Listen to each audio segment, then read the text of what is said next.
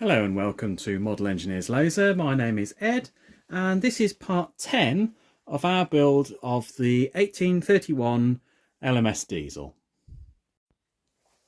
When I left you last time we were working on the steps and I had welded up the fold line in the top with the TIG welder, and we had got the two sets of treads ready for silver soldering on.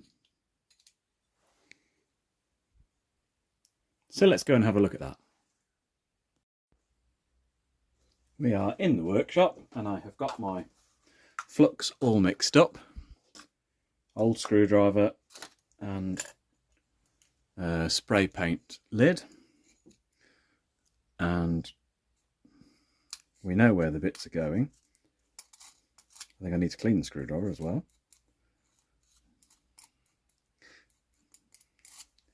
Might perhaps be a touch on the dry side. I thought I'd got it wet enough, but there we go.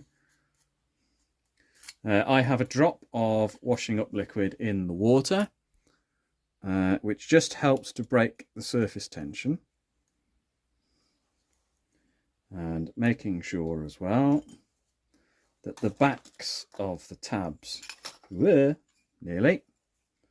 the backs of the tabs are also fluxed, because obviously the solder is going to flow through. And then I just make sure we're all jammed down in the corner there, because obviously that's where we want the solder to go.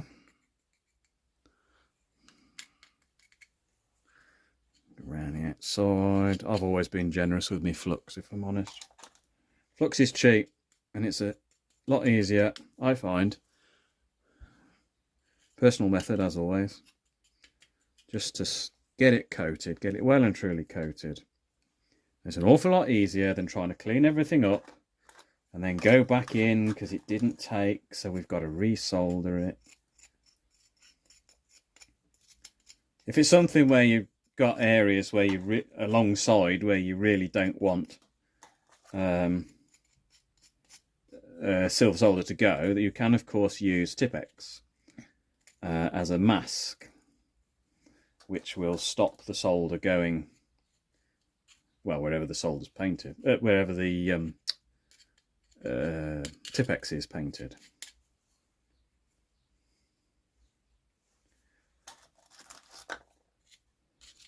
Works quite well. It's good for protecting threads and things. Right, there we go.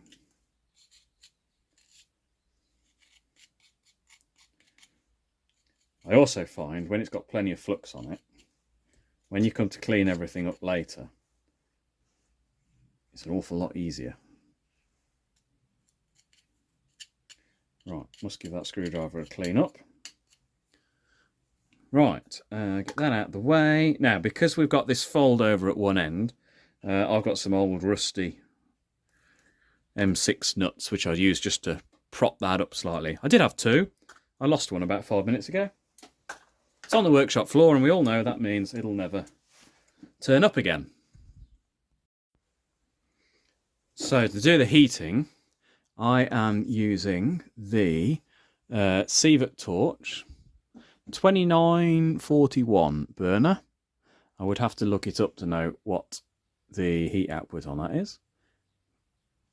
I don't think it actually says it on it, but anyway. The old EasyFlow 2 solder, which is now 455, 55% silver content.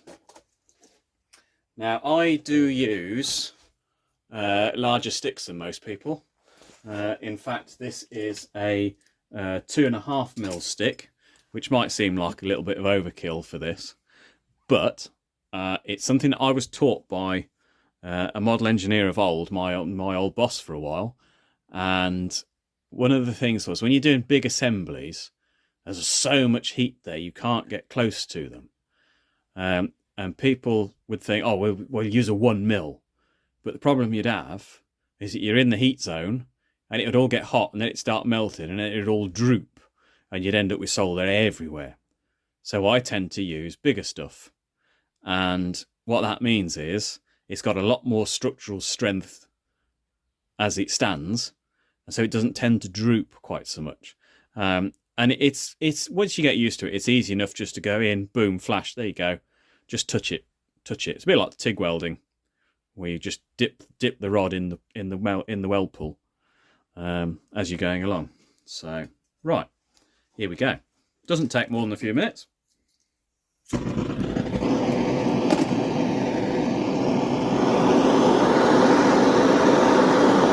just going to put some preheat into the mounting end, because obviously if you heat at this end, the whole thing's got to get to temperature.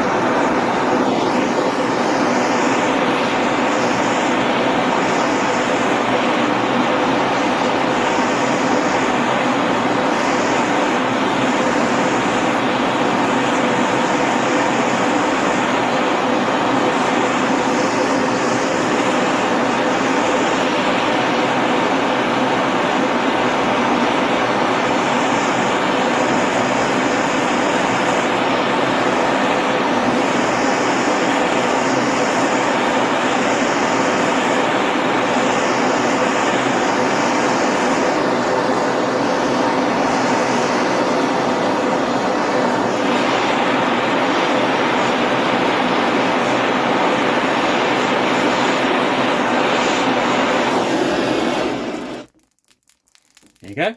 Said it didn't take long, didn't I? Tick, tick, tick, tick, tick, as the bros cool down. You probably saw me there as it all got bright red hot, just going in and just gently stroking it down the joint. And just as it got to the right temperature, it all sort of flowed along the joint lovely. And the same on this side there. Once you've done that, you end up with a rather sticky mess. I actually did this one a couple of days ago, so it's already developed a couple of spots of rust. But I haven't cleaned this one up yet. This is literally off the braising hearth, cooled down, and that's what you get. So what I'm going to do now, throw these in the acid bath and clean them all up. And then once they've had a soak in the acid bath, this is what you get. It's literally straight out the acid bath. It's had a wash in hot soapy water and a rub over with some Scotch-Brite, and that's all it has had. I just reviewed the bit of video of doing the silver soldering, and you could actually see I put soldering underneath on both of them, and you could actually see the moment at which it ran up, especially on the bottom one. You can see I put the solder in at this end, and you just saw a silver line appear up in that corner. And then I just went in and put a little bit more in at that end. But yeah, so that's had a soak in the brick acid, which is what I use for, I don't know, it's about an hour or so. Keep going, checking it, make sure it hasn't dissolved. And then what we need to do now is just tidy up all the joints, all the tabs where they stick through and the weld, and get them all ready for fixing onto the chassis. And in true Blue Peter fashion, here's one I made earlier. This has been finished off now. It's had the weld filed away. I probably should have put another dab of filler rod in there just to fill that up. But it is going to be up underneath the valance, so it is going to be out of sight.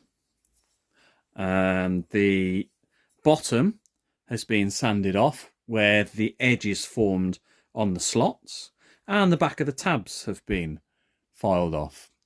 And you might be able to see, you can just see the silver solder line around where the tabs were.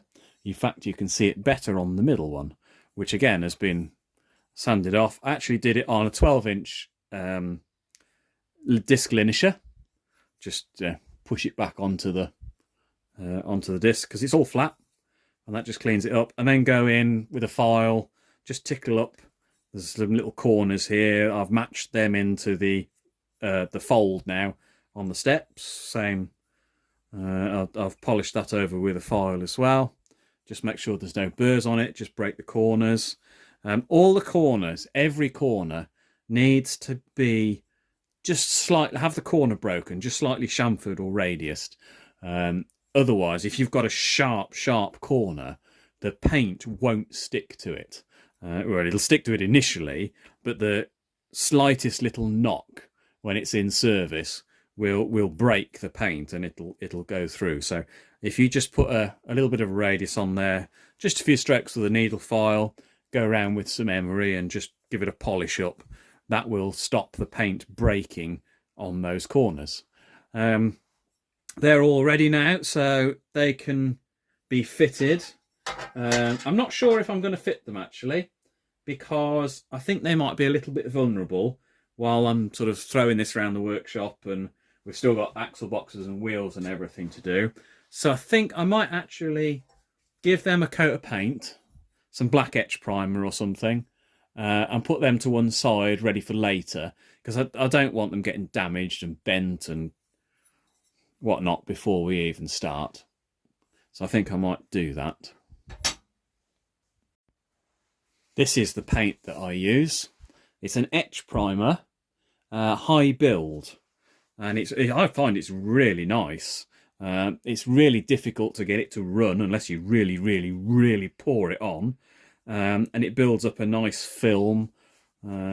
Some stuff, it's a matte, satin, matte, one of the two. I'll have to do some to remind myself what it's like. But it's a really good base coat. I really like it. I buy it from Buzzweld. I'm usually buying Land Rover stuff from them, but they do this as well, and it's nice. I'm using it for a lot of Gauge 1 stuff. With the steps all sorted out, the next thing I'm going to look at is actually the T-sections for the body sides. Now, I think I said last time, it does all seem a bit out of sequence. It seems a bit odd to be doing bodywork before running gear. But I think I said last time, I want to see this in 3 dimensions. So I know I can measure it and I can go, oh yeah, that battery will fit. But there's always that little bit of doubt. And I like to see things in 3 dimensions. And also we've got Malcolm at Medstead, who is also building one. So this is going to help him out a little bit as well, just to show him how things go. Although he has actually got ahead of me. He's doing well, bless him. Go and have a look at his blog and see where he's getting to. Right, so the T-irons. There's 4 of them. I've got 2 more somewhere. Well, they're all the same. So they go on here, like so. All the rivet holes are pre-cut, so you don't have to do those. And I think I said last time, although I have put every hole in, I don't think I'm going to use every hole. I think what I'm going to do is I'm going to put 90% of these in as dummy rivets, countersink the inside, put them through, just tap them over. And then I'm going to use slotless screws, BA screws, just to hold the rest of it. Because it is going to take a phenomenal effort to put all those rivets in as it is. And I don't think I fancy riveting everything, including these in. So I think I'll put some slot screws in. So I think that's how I'm going to do it anyway. So we had a delivery from EKP. Fabulous as they always are. We have got, there's nigh on 1,000 rivets in the bodywork. 16th diameter, quarter long I think is the shortest they actually do. I can't remember from when I ordered them now. So of course they're over length, but what we'll do is we'll snip them when we put them in, and then knock them over, and that'll be fine. And then we have a selection of bolts. I haven't even opened this. I've got a funny feeling they're not all for this. What do we got? So we've got nuts. Those are the ones. Tembier brass. I think they might actually have been for gauge 1. Yeah, don't think they're for this. Right, these are the round head Tembier slotless screws. You probably know what they look like. Probably can't even see that. Where's the camera? There it is. Slotless screw. Almost impossible to tell the difference between that and a rivet once it's been painted. So yeah, I'm going to put some of those in to hold these on, and the rest of it will be riveted because they're quite a prominent feature on the real one. So if they've got to be there, if they're not there, you'll notice. So what are we doing with these? Right, well, they come as a little fret, always the way. Set aside cutters. We'll just take the excess off as well. That's gone pinging across the workshop. And then what's going to happen is that that's going to slot into there. It's got a little bit of a burr on it, but I can sort that out. That goes into there. And then we take this one off as well. And these are probably going to want addressed with a file before they go in. These are not oh dear. Everybody's been ill this winter. These are not handed, so you can't put it together the wrong way around. Yeah, this bit's got to go in first. This is going to be another silver soldering exercise. I did think about tigging them again, but I've decided I'm going to silver solder them. So they just pop out of there. They're literally only held on by a few thou. It's just where the cut starts and finishes. Let's see if this will go together straight off the machine. Oops, there's one. Will that go through there without filing it? Yes, it will. So that goes in there. Try and get everything lined up. No, it's got a little bit of a burr on it. Just need to go and get a needle file to run over it. There we go. Just touched it up with a needle file. It didn't take a lot. It's just little burrs here and there. Where the start and finish was, there's just a little bit of a lump there.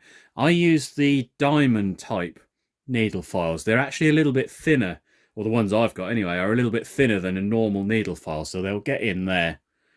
They're only about 1.2, so where this is 1.5 wide slot, they get in there and just take it out. So that goes in there. I had this together a second ago. There we go. So that's the T section. Now that's what's going to give the body side its strength. By the time that's bolted up to the panel, and then we will put 2 drilled holes in the bottom. I don't know where they've got to go yet. I wanted to leave that and get it built. And once it's built, then I know where it goes, and I'll change the laser cutting files again. Likewise, I haven't put the holes in here yet. And again, once I've got this built and I know where they're going to go, I'll change that again and put the bolt holes in to match. Right, silver soldering. I'm not going to film it because I've just done a film for silver soldering. It's exactly the same. I'll come back when it's done. Sizzle, sizzle. There you go. So I've just done that. Just propped it across a couple of bricks, and you can see a couple of dabs with the solder here and there.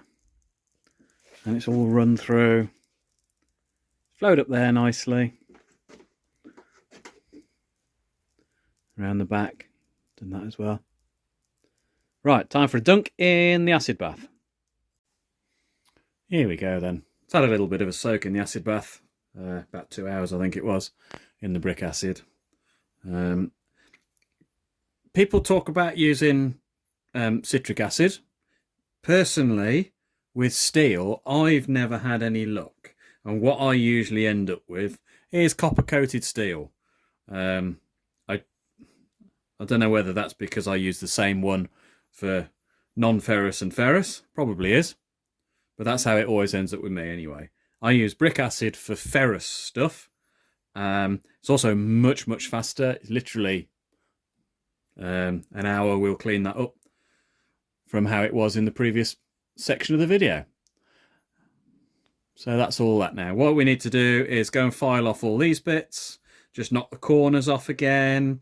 File off the back, get that flush. This end here where this slot is made, just take that off. And that'll all be ready then for fixing to these.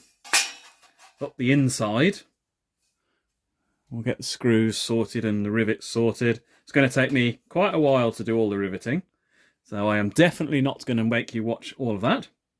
So we've got 1, 2, 3 of those. We've got some angle iron to put in. I've got to work out what's happening around the door frame. I don't actually know what goes on there.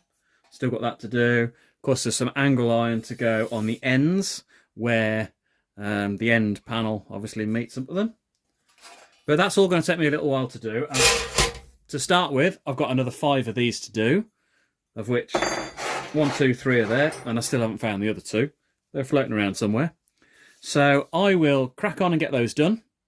And possibly see about getting some rivets put in this ready.